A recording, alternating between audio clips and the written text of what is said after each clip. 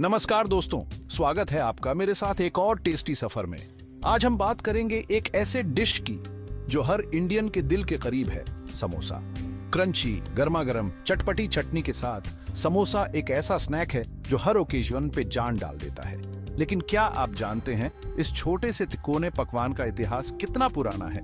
ये सदियों पुराना है और इसकी शुरुआत इंडिया में नहीं बल्कि मध्य एशिया और फारस में हुई थी। तो आइए आज समोसे के सफर पे निकलते हैं और देखते हैं कैसे ये सदियों से लोगों के दिलों पर राज करता आ रहा है। समोसे की कहानी शुरू होती है 10वीं शताब्दी में मध्य एशिया और फारस से, जहां इसे संबोसाग या संभुसक कहा जाता था। उस समय ये केवल अमीर लोग खाते थे। कल्पना कीजिए, राजा महाराजाओं के दरबार में सुंदर प्लेट में मेवों और सूखे मेवों से भरे कुरकुरे समोसे परोसे जा रहे हैं। फारसी किताबों में भी संबोसाग का जिक्र मिलता है, जहां इसे मांस, मेवे और ड्राई फ्रूट्स से भरा जाता था। उस समय ये तिकोने नहीं बल्कि छोटे छोटे पार्सल जैसे होते थे।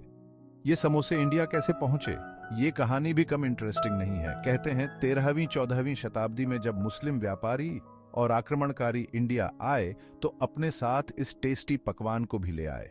और बस फिर क्या था, समोसे ने इंडिया की धरती पर कदम रखा और देखते ही देखते यहां का पसंदीदा स्नैक बन गया।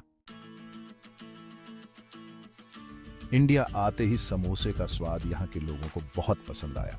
दिल्ली सल्तनत के समय तक समोसा राजाओं के महल से लेकर आम आदमी के घर तक हर जगह अपनी जगह बना चुका था। अमीर खुसरो, जो कि एक प्रसिद्ध कवि और दिल्ली सल्तनत के समय के विद्वान थे, उन्होंने भी अपने लेखों में समोसे का जिक्र किया है। इससे पता चलता है कि उस समय तक समोसा कितना फेमस हो चुका था। इंडिया में आकर समोसे में भी बदलाव आने लगे। अब इसे सिर्फ मांस और मेवों से नहीं बल्कि आलू, मटर और तरह तरह के मसालों से भरा जाने लगा। ये वह समय था जब समोसे ने अपनी असली पहचान बनानी शुरू कर दी थी। एक ऐसा डिश जो हर किसी को पसंद आए, अमीर गरीब सब खा सकें। मुगल बादशाहों को भी समोसे बहुत पसंद थे। कहते हैं कि बादशाह जहांगीर को तो समोसे इतने पसंद थे कि उन्होंने इसे अपने शाही खाने का हिस्सा बना लिया था। मुगल रसोइयों ने भी समोसे के साथ खूब प्रयोग किए। उन्होंने इसका शेप बदला, इसे और कुरकुरा बनाया और नई नई भरावण की रेसिपी बनाई। कल्पना कीजिए, मुगलई दरबार जहां शानदार सजावट के बीच चांदी के बर्तनों में गर्मा गर्म समोसे परोसे जा रहे हैं, साथ में तरह तरह की चटनियां और रायते। मुगल काल में समोसे को एक नया और शाही अंदाज मिला जो आज तक बरकरार है।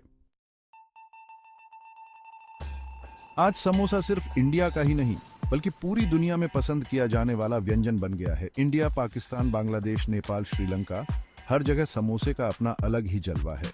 हर देश, हर राज्य में समोसे बनाने का तरीका और स्वाद अलग होता है। कहीं इसे आलू मटर से भरा जाता है तो कहीं पनीर और मेवों से, कहीं ये तीखा होता है तो कहीं मीठा। आजकल तो समोसे के अंदर चाउमीन, नूडल्स, चॉकलेट और क्या क्या नहीं भरा जाता। समोसा अब एक डिश नहीं बल्कि एक कैनवास बन गया है जिस पर हर कोई अपनी क्रिएटिविटी दिखा सकता है। और ये सफर यहीं खत्म नहीं होता। समोसा लगातार बदल रहा है, नए नए रूप धारण कर रहा है और लोगों का दिल जीत रहा है। चलिए अब आपको समोसे की कुछ अलग तरह की वैरायटीज से मिलाते हैं।